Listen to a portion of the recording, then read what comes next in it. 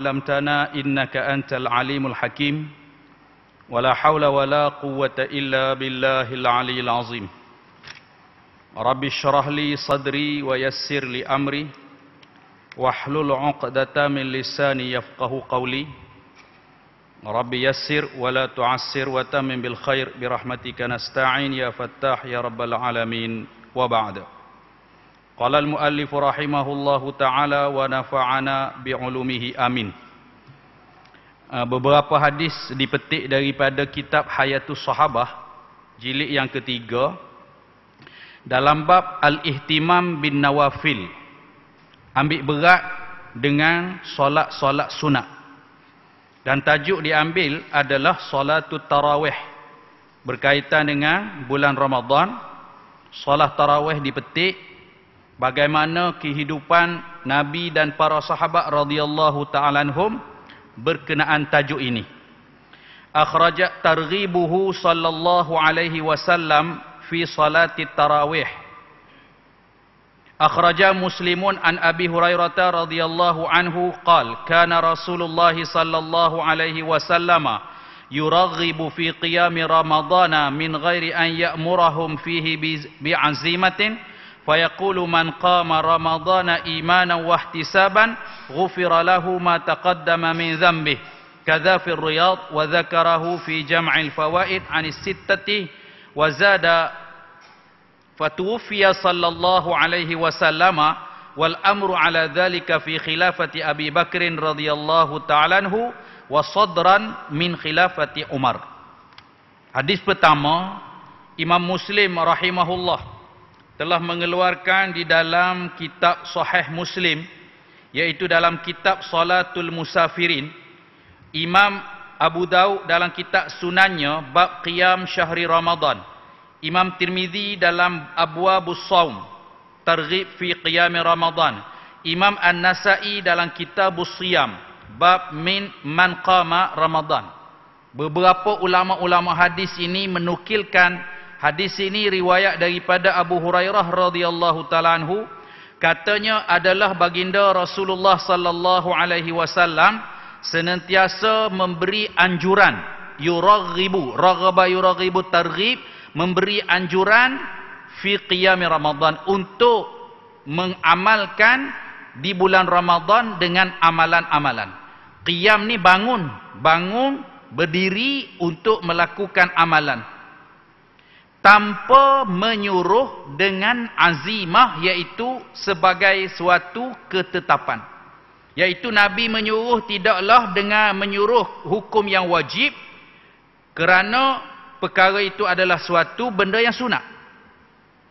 Berkata baginda Nabi sallallahu alaihi wasallam, barang siapa yang berdiri melakukan amalan dalam bulan Ramadan hal keadaan ia beriman dan ihtisab. Ihtisab ni ada dua perkara. Maka akan diampun baginya apa yang terdahulu daripada dosa. Ihtisab pertama, ma'rifatul fadail, mengetahui ganjaran-ganjaran yang disediakan, sama ada melalui ayat-ayat Al-Quran ataupun hadis Nabawi. Ihtisab kedua ialah istihdarul fadail, menghadirkan ganjaran yang dijanjikan ketika mana sesuatu amal yang nak dilakukan. Maka hadis ni baginda Nabi kata, barang siapa yang qiyam Ramadan, melakukan amalan di bulan Ramadan, terutama di malam-malam Ramadan, hal keadaan dia beriman kepada Allah Ta'ala dan ihtisab, dia mengetahui ganjaran yang disediakan, dalam masa yang sama dia menghadirkan apa yang nak diberi dan ganjaran-ganjaran tersebut di dalam minda ketika hendak melakukan. Itu yang dimaksudkan ihtisab. Sebahagian orang menterjemahkan ihtisab ini iaitu meyakini ganjaran. Dia tidak cukup hanya meyakini, nak yakin kena tahu. Sebab itu dibagi tahu ihtisab adalah dua kombinasi. Pertama, ma'rifatul fadail, mengetahui ganjaran, dan yang kedua, istihdarul fadail, menghadirkan ganjaran ketika amalan nak dilakukan. Maka apa kesan daripada kita adanya amalan-amalan yang dilakukan dengan keimanan dan juga ihtisab? Ghufira lahu, diampun baginya ma taqaddama min dzambih, apa yang terdahulu daripada dosa. Mengikut para ulama, maksud diampunkan segala dosa-dosa kecil. Sekiranya dosa besar, mengikut jumhur ulama, tidak akan diampun melainkan dengan bertaubat. Kecuali ada juga di kalangan ulama mengatakan bahawa jika dosa besar, terkadangnya dia punya kesan daripada seksaan yang akan dapat itu dikurangkan dari dosa besar jadi ke dosa kecil dan sebagainya. Tapi mengikut jumhur, apa yang dinyatakan dengan melakukan amal akan diampunkan dosa yang terdahulu, iaitu dosa-dosa kecil. Adapun dosa besar mesti syaratnya bertaubat. Jadi kerana Ramadan juga bulan keampunan, maka kita selalunya perbanyakkanlah taubat kita melalui sembahyangnya, ucapan-ucapan Allahumma innaka afuwun tuhibbul afwa fa'fu anni juga adalah ucapan istighfar.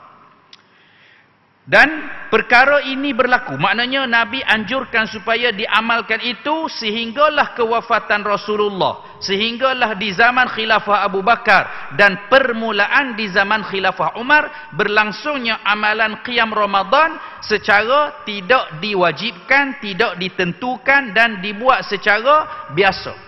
Maka dalam riwayat yang akan datang dinyatakan kumpulan yang banyak ada di dalam Masjid Nabawi. Salatu Ubay bin Ka'b bin Nasi Tarawih fi ahdihi sallallahu alaihi wasallam wa fi ahdi Umar radhiyallahu ta'ala anhu. Tajuk riwayat ini adalah Ubay bin Ka'ab radhiyallahu ta'ala anhu mengimami solat tarawih sejak daripada zaman baginda Nabi sallallahu alaihi wasallam lagi dan di zaman Sayyidina Umar radhiyallahu anhu. Wa akhraja Abu Dawud bi isnadin dha'ifin an Abi Hurairah radhiyallahu anhu. Telah mengeluarkan oleh Abu Dawud dalam kitab sunannya dengan sanad yang dhaif. Ini Abu Dawud kata sanad yang dhaif. Bila tengok kembali Maulana Ilyas Barabangki yang mentahqiqkan hadis ini, beliau mengatakan Abu Dawud mengambil riwayat ini hadis daripada Muslim bin Khalid. Oleh kerana itu dia kata perawinya ada yang dhaif. Sanad ni maknanya perawi silsilah periwayatan. Muslim bin Khalid seorang yang dhaif, tetapi mengikut Ibnu Hajar Al-Asqalani di antara pakar hadis dalam kitab Tahzibut Tahzib, begitu juga beliau telah menukilkan daripada Imam Ibnu Hibban dalam kitab Siqat bahawa perawi Muslim bin Khalid ni adalah kana min fuqaha'il Hijaz. Beliau adalah di antara ahli fiqh di tanah Hijaz. Wa minhu ta'allama Syafi'iyyul fiqha. Imam Syafi'i belajar fiqh dengan dia dulu. Muslim bin Khalid ini kemudianlah qabla an yalqi Malikan, sebelum belajar daripada Imam Malik. Imam Syafi'i ni sendiri, iaitu Muhammad bin Idris Asy-Syafi'i juga belajar fiqh dengan Muslim bin Khalid ni. Sebab nak menyatakan sedikit biodata, kerana di sisi sebahagian ulama kadang-kadang mengatakan dhaif atau tidak pada sebahagian tetapi tidak pada sebahagian lain. Sebab tu hukum tak sama, kena tengok pada orang. Terutama kalau dalam hadis kita tengok ada orang yang memberi komentar tak atas hadis. Terutama Ibnu Jauzi rahimahullah. Beliau orang yang amat tegas dan terkadangnya beliau terlalu ekstrim. Contoh, kami punya Syekh Dr. Abdul Rashid Nu'mani rahimahullah. Dia menulis satu kitab, Ma Yaltamisul Hajah Lima Yutali'u Ibnu Majah. Di atas kitab Sunan Ibnu Majah, Ibnu Jauzi rahimahullah telah mengkomentarkan bahawa himpunan kitab-kitab hadis Ibnu Majah ini ada 5 hadis yang maudhu', palsu. Kami punya Syekh Abdul Rashid telah buat kajian.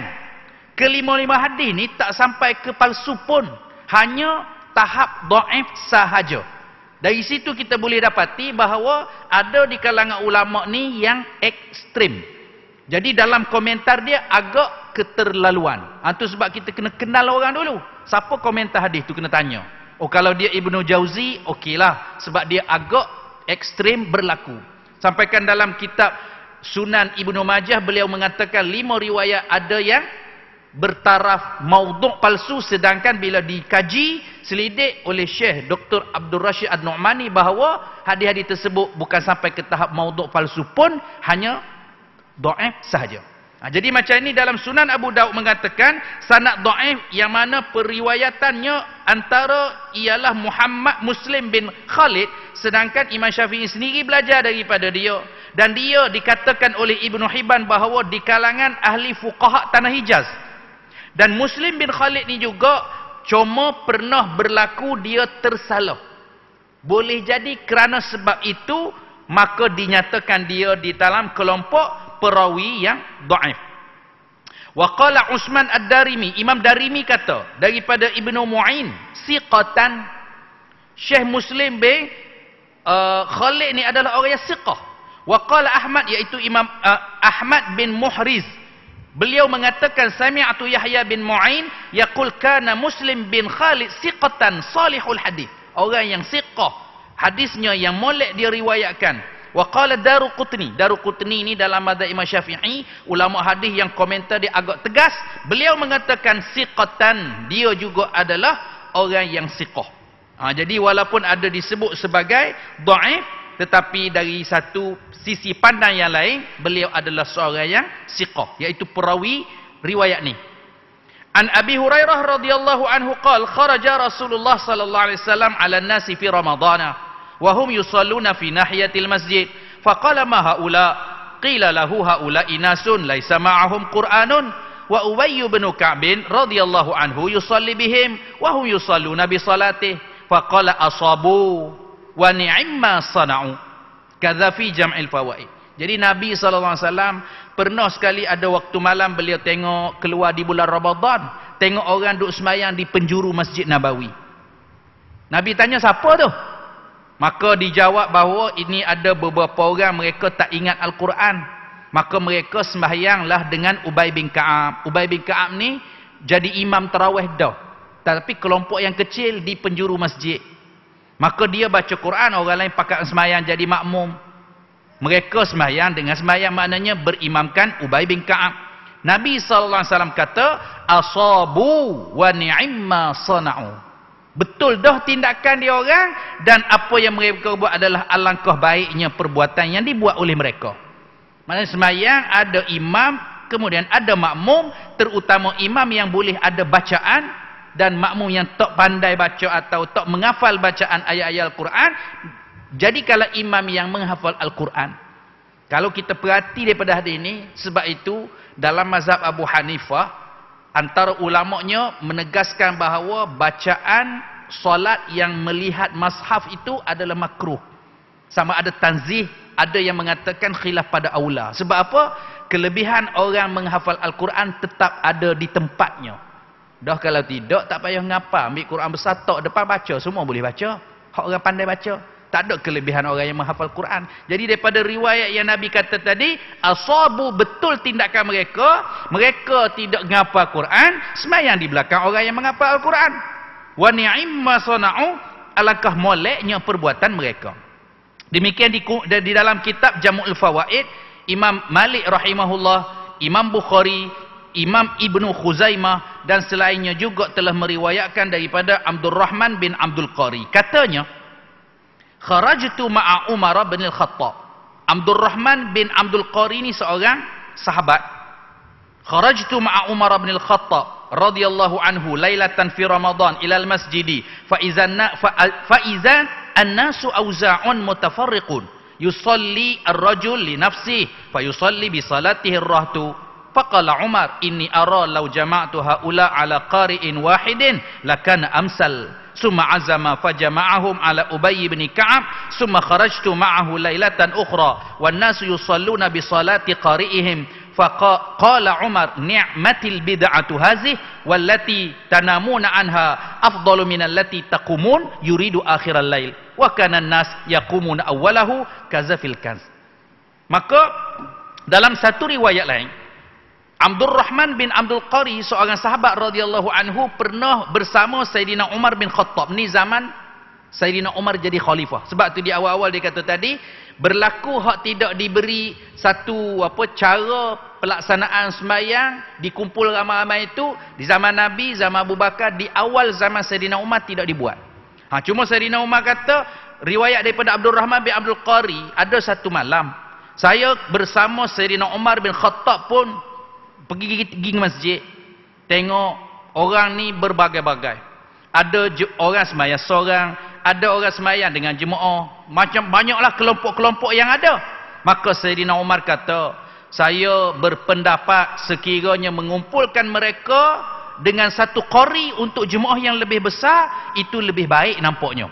Itu kata di awal masa khilafah Sayyidina Umar tak buat. Kemudian Sayyidina Umar nampak, kalau kumpul ramai-ramai, seorang yang qari baca lebih molek. Satu daripada aspek dia panggil psikologi, jadi ada semangat. Kita dengar ramai-ramai dengan hot sikit-sikit, sedap ramai-ramai lain. Tengok kita pergi Mekah, tak, baca panjang-panjang tapi boleh mayang jadi makmum. Kadang di rumah teruk. Terutama kena yang baca jadi imam pula kurang dari segi bacaan, lagi teruk. Nampak? Itu di antara Sayyidina Umar berkata, kemudian memang Sayyidina Umar pun mengumpulkan mereka dan melantik Ubay bin Ka'ab sebagai imam besar. Di zaman Nabi, Ubay bin Ka'ab pun dah jadi imam, tapi kelompok-kelompok yang kecil. Maka pada satu malam yang lain, setelah dibuat keputusan untuk jemaah yang besar, diimami oleh Ubay bin Ka'ab, maka bila Sayyidina Umar keluar tengok, kata Sayyidina Umar, ni'mat al-bid'atu hadhihi, alangkah baiknya satu perbuatan ini.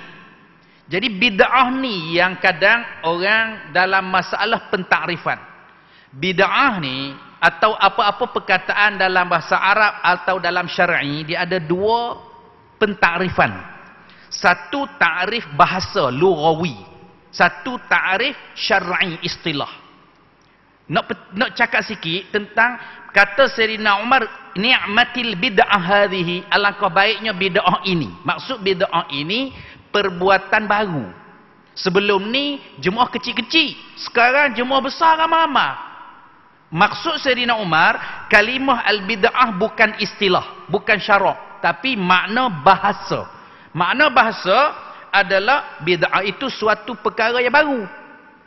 Tetapi bid'ah dalam makna syariat ialah sesuatu amal tak pernah dibuat, tiba-tiba buat. Itu rekaan. Itu sebab bid'ah yang makna syar'i tak dibolehkan. Walaupun sebahagian ulama dalam pentakrifan mengatakan hasanah dengan sayyi'ah itu sebenarnya hasanah tu ada contoh. Amal yang ada contoh dengan kias dan sebagainya tidak ada masalah. Yang tak ada contoh tiba-tiba dibuat, itu masalah. Maka apa yang dinyatakan oleh Imam Sayyidina Umar adalah bid'ah dalam erti kata makna bahasa. Sebab kalau dari segi makna bahasa kita nak bincang sikit tentang ada sebahagian orang sembahyang 8 rakaat. Dari segi bahasa Arab, 8 rakaat bukan tarawih. Dari segi bahasa. Cuma pengamalan orang buat. Hak rajin buat 20, tidak dia buat 8. Segi bahasa tak betul. Sebab dalam salah satu kitab mazhab Hanafi, tahun 93-94 saya belajar, 93 Mukhtasar Quduri, tahun 94 saya belajar Syarah Al-Wiqayah. Antara dua kitab fiqh mazhab Hanafi. Salah satu kitab ni ada dinyatakan makna asal perkat solat tarawih ialah tarwihatun. 4 rakaat 1 rehat. Tarwihatan. Capur lagi 4 rakaat 1 rehat dipanggil tarwihatan. Itu sebab dari segi bahasa Arab, orang yang solat hanya 8, dia bukan solat tarawih, bahkan dari segi bahasa Arab dia sembahyang tarwihatan. Kemudian 4 lagi sembahyang 4 lagi 1 rehat, barulah bermula tarawih jamak. Sebab itu kalau kita nak bagi cucuk atau masuk dengan bahasa Arab, sekurang-kurang sembahyang adalah 12. Tapi kalau kena dengan fiqh mazhab Syafi'i, Hanafi, Maliki dan juga Hambali, 4 mazhab muktabar, solat sunat tarawih 20 rakaat ke atas. Mazhab Maliki 36, mazhab Syafi'i, Hanafi, Hambali 20. Jadi kalau tidak cukup maka bukan tarawih. Bolehlah kata, patut tak dapat pahala. Bukan masalah dapat pahala tak dapat pahala. Buat 2 rakaat pun dapat pahala jika ikhlas pada Allah. Masalah sekarang dia masuk dalam skop atau tidak. Sebabnya dalam riwayat ni ada satu riwayat lagi. Satu riwayat. Saya baca, kita baca riwayat baru tahu ni, ambil daripada kitab. Salatu Ubay radhiyallahu anhu biniswatihi imaman fit tarawih fi baitih. Akhraja Abu Ya'la an Jabir bin Abdullah radhiyallahu anhuma qala jaa Ubay bin Ka'b radhiyallahu anhu ila Rasulillah sallallahu alaihi wasallam faqala ya Rasulullah innahu kana minni al-lailata shay'un yani fi Ramadan qala wa mazaka ya Ubay qala niswatun fi dari qulna inna la naqra'ul Qur'an fa nusalli bi salatik qala fa sallaitu bihinna samani raka'atin wa autartu fa kanat sunnatur ridha wa lam yaqul syai'an qala al-Haisami rawahu Abu Ya'la wa Tabrani bi nahwi fil awsat wa isnaduhu hasan. Ubay bin Ka'ab dia mengimami wanita-wanita di rumahnya. Dikeluarkan oleh Abu Ya'la daripada Jabir bin Abdullah radhiyallahu anhuma katanya, pernah sekali Ubay bin Ka'ab radhiyallahu ta'ala anhu datang berjumpa Rasulullah sallallahu alaihi wasallam. Dia berkata, ya Rasulullah, saya ada sesuatu ni nak cerita bab tentang malam ni. Maknanya malam Ramadan lah ada sesuatu. Nabi kata, sesuatu apa benda ya wahai Ubay? Katanya Ubay bin Ka'ab, wanita-wanita di rumahku, maknanya isteri, anak, adik-beradik perempuan, mereka kata kami tak boleh baca Quran, kami tak ingat Al-Quran, kami nak semayanglah di belakangmu. Maka kata Ubay, saya pun jadi imam mereka. Dalam masa sama Ubay juga jadi imam di masjid. Di sini ihtimal sama ada dia jadi imam di masjid dulu, kemudian dia balik untuk jadi imam di rumah, atau ada hari-hari dia buat penggiliran. Sebab ada riwayat yang lain Ubay bin Ka'ab dengan Tamim Ad-Dari antara dua orang yang bergilir-gilir menjadi imam di Masjid Nabawi. Cuma di peringkat awal-awal hijrah Nabi, Tamim Ad-Dari belum masuk Islam. Tamim Ad-Dari masuk Islam di tahun ke-9. Boleh jadi di tahun-tahun terakhir, sebab tahun Nabi wafat tahun ke-11. Jadi mungkin 9, 10, 11 ni Tok Imam ada dua gilir-gilir, iaitu Ubay bin Ka'ab dengan Tamim Ad-Dari. Jadi Ubay bin Ka'ab dia selepas maya ataupun hak dia giliran tak pergi ke masjid, dia akan sembahyang 8 rakaat dan campur 3 witir. Itu adalah sunnah yang diredai. Maksudnya benda tu dia bagi tahu ke Nabi, khabar ke Nabi, ya Rasulullah, oleh kerana ada orang perempuan di dalam rumah ngadu ke saya gini, saya pun buat sembahyang untuk orang puan 8 rakaat witir 3. Nabi SAW senyap, dipanggil sebagai ikrar. Maka senyap terhadap sesuatu perbuatan dipanggil sunnah ikrari. Sunnah Nabi yang Nabi tak buat tapi Nabi tidak larang, maka ia menjadi satu fakanat sunnatar ridha, iaitu sunnah yang diredai oleh Nabi kerana Nabi tak bangkang. Nabi kata, buat apa buat gitu tak boleh tak cukup dah. Nabi senyap, Nabi redha. Maknanya ada sabit, cuma sabit asalnya 8 rakaat buat di rumah dengan isteri, anak isteri.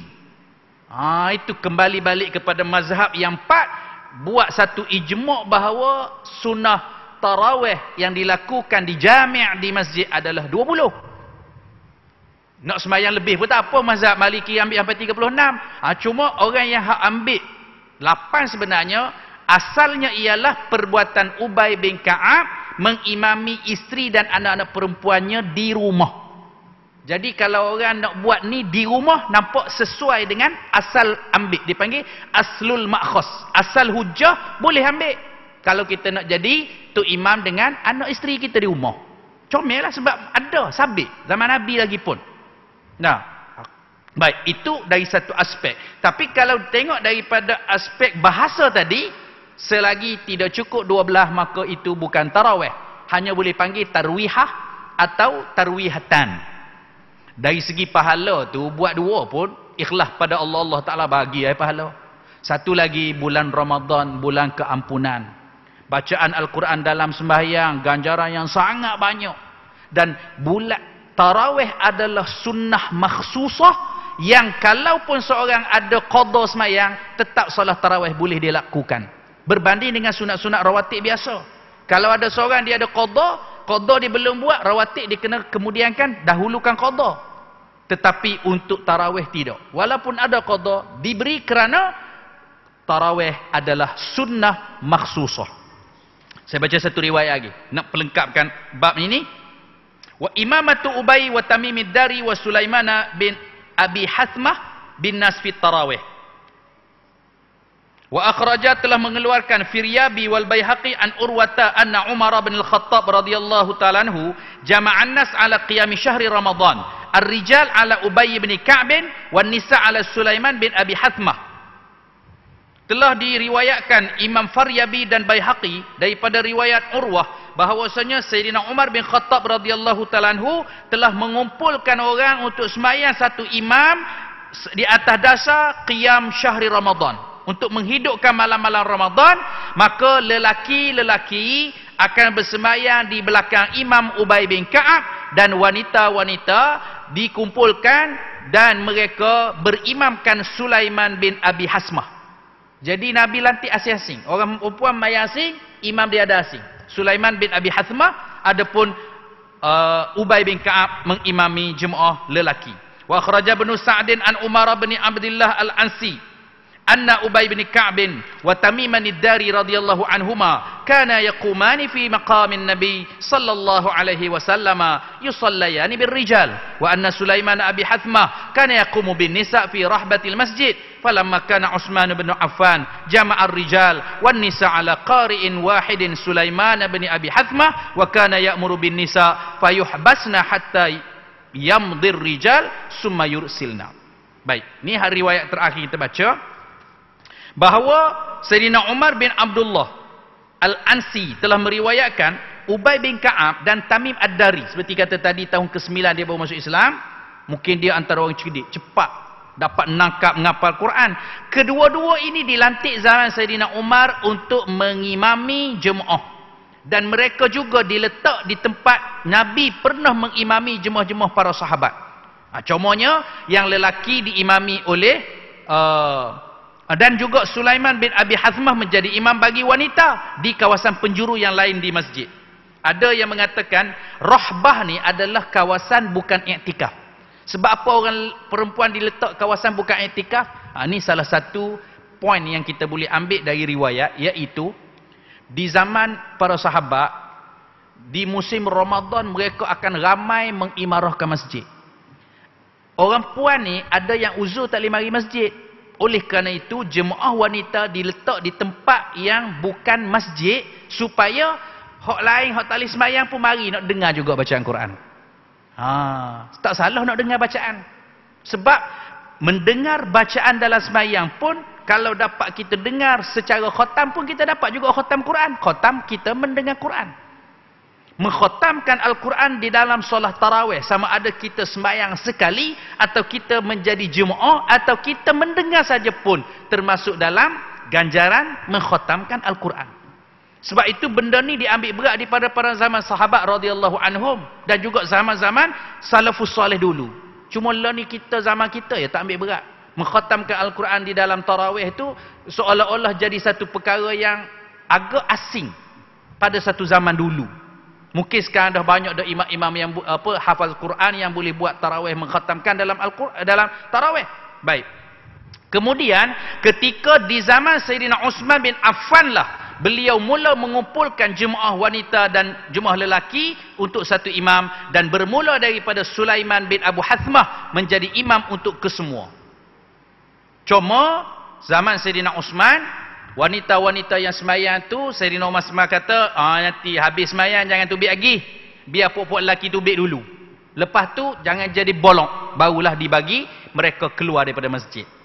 Dengan syarat lah ni, maknanya dia kumpulkan di masjid ni, maknanya kita boleh jadikan satu poin di masjid ataupun surau, selama mana tidak wujud bolong, laki puan lepas sembahyang ke bolok satu jalan ke tempat sempit ke, maka ini tak sepatut wujud. Kalau itu berlaku tempat yang sedemikian, duk kapung jalan saya tubik laki puan semua jalan tu, maka kita kena sekat dulu hak puan tak usah tubik lagi lah, kalau kita ambil kepada apa yang dilakukan oleh Sayyidina Utsman di zamannya. Tapi kalau kita ambil juga ada keadaan yang lain di zaman Nabi pernah berlaku, orang puan yang mari juga ni dengan syarat tidak ada timbul fitnah, dan habis sembahyang dia sembahyang ni hubungan makmum dengan imam takbir sampai salam je, habis tu habis tau. Tetapi kenapa dianjurkan supaya lelaki duduk dulu ni? orang puan bagi balik. Orang puan balik dulu. Tok Si bolok jalan. Di zaman Nabi. Barulah kemudian orang lelaki keluar. Tapi di zaman Sayyidina Osman, dia suruh orang lelaki keluar dulu. Lepas tu baru orang perempuan dibagi. Pergi. Supaya tujuannya tidak menimbul bolong ataupun pergaulan, ikhtilat antara lelaki puan. Dan terakhir akhrajal Baihaqi an Arfajata qala kana Ali ibn Abi Talib. Di zaman Sayyidina Ali pula ya'murun nas biqiyami syahri Ramadan wa yaj'alur rijal imaman walin nisa fi imaman. Qala Arfajah fakuntu ana imamun nisa. Di zaman Sayyidina Ali kembali dibuat keputusan bahawa solat tarawih perlu diasingkan antara lelaki, maka apa tu? Lelaki imam lain, perempuan imam lain. Maka kata Arfajah yang meriwayatkan hadis ini, dia kata aku antara orang yang telah dilantik untuk mengimami jemaah wanita di zaman Sayyidina Ali radhiyallahu taala anhu. Maknanya keadaan berlaku beberapa perbezaan. Cuma zaman Sayyidina Osman dikumpulkan ramai. Maknanya zaman awal Sayyidina Umar dengan zaman Sayyidina Ali telah berlaku imam untuk jemaah tarawih lelaki asing dan imam untuk tarawih perempuan asing, iaitu Tamim Dari dengan Ubay bin Ka'ab menjadi imam bagi jemaah lelaki, dan untuk jemaah wanita di zaman Sayyidina Osman adalah Sulaiman bin Abi Hasmah. Adapun di zaman Sayyidina Ali radhiyallahu anhu, Arfajah radhiyallahu taala anhu pernah dilantik menjadi imam bagi wanita. Jadi di beberapa amalan solat tarawih khususnya di zaman Nabi SAW dan juga para sahabat, terutama Khulafaur Rasyidin Al-Mahdiyyin yang 4 itu. Jadi beberapa panduan tu boleh kita ambil, dan ada juga diceritakan dalam ni bahawa riwayat Ibnu Syahin di masjid dulu asalnya gelap, tapi bermula di zaman Sayyidina Umar radhiyallahu taala anhu, sehingga beliau didoakan banyak oleh kalangan masyarakat Islam kerana beliaulah yang memulai memasukkan lampu. Ada yang mengatakan Tamim Dari lagi antara orang yang mula memasang lampu di dalam masjid supaya cerah. Kerana sembahyang dalam keadaan cerah juga adalah satu tuntutan. Kecuali contohnya kita semayang kalau cerah ni, kurang khusyuk, kita pun tutup mata.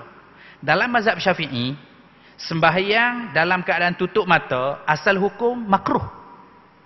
Tetapi jika dengan sebab tutup mata lebih khusyuk, kadang-kadang kita belajar terjemuh, tutup mata tu bacaan kita lebih mendalam, maka hukum dia berubah. Dari asalnya makruh jadi hukumnya sunat. Allahu Akbar. Benda sama, hukum berbeza kerana keadaan yang tak sama. Jadi semoga Allah Ta'ala limpahi dan curahi rahmatnya di Ramadan yang ini, dan semoga Ramadan ini kita jadilah Ramadan yang terbaik. Rebutlah peluang-peluang yang ada. Itu sebab kami kumpul beberapa kawan, ada hafiz-hafiz Quran kita kumpul. Sekarang kita buat 10 awal ni 1 malam 3 juzuk supaya kita nak khatamkan dalam 10 malam. Selepas tu insya-Allah 1 malam 5 juzuk, 6 malam khatam. Lepas tu 10 juzuk, 3 malam khatam. Yang terakhir insya-Allah akan buat khatam 30 juzuk dalam 1 malam. Bacaan pun alhamdulillah, cuma saya tanyalah hak lepas-lepas dulu buat hak 30 juzuk 1 malam, dia orang kata mula pukul 9 tarawih, habis pukul 4 pagi, 4:30 pagi. Maknanya siap dengan sahur lalu tak ada nak tidur. Tidur siang esok. Usaha untuk kita tak boleh nak khatam, baca tak khatam, atau kita tidak menghafal Quran, paling tidak setidak-tidak kita jadi makmum sembahyang. Dapat juga. Sebab itu dalam kaedah fiqh, ma la yudraku kulluh la yutraku kulluh. Benda tak boleh buat semua, jangan tinggal semua. Sebab itu cubalah sedaya upaya cari imam-imam hafiz Al-Quran ni, kita semayang di belakang mereka supaya setidak-tidak bacaan-bacaan alunan Al-Quran ni kita dapat mendengar. Dan satu huruf di bulan Ramadan di dalam sembahyang fardu digandakan 70 kali ganda. Semua amal bulan Ramadan. Nanti ambil kalkulator, cuba buat kira. 5 waktu fardu sekurang-kurang kalau kita jaga sembahyang berjemaah dalam bulan Ramadan, bulan biasa 1 kali 25 atau 27. Bulan Ramadan yang 25-27 tu dikalikan pula kepada 70. Cuba tengok Maka amat ruginya di bulan Ramadan ada orang sembahyang tak berjemaah. Amat rugi. Terlalu. Kalau bulan biasa pun rugi dah. Orang dapat 25-27, kita dapat se. kalau tak berjemaah. Tapi Ramadan lebih kali lagi rugi, dah 25 kali pula 70. Allahu Akbar. Rahmat Allah sangat mencurah-curah di bulan Ramadan, maka kita jadilah orang yang mengambil rahmat tersebut. Aqulu qawli hadza wa astaghfirullah li wa lakum. Bismillahirrahmanirrahim. Allahumma anfa'na bima 'allamtana wa 'allimna ma yanfa'una wa zidna 'ilman walhamdulillahi ala kulli hal. Subhana rabbika rabbil 'izzati 'amma yasifun wa salamun 'alal mursalin walhamdulillahi rabbil alamin. Taqabbalallah.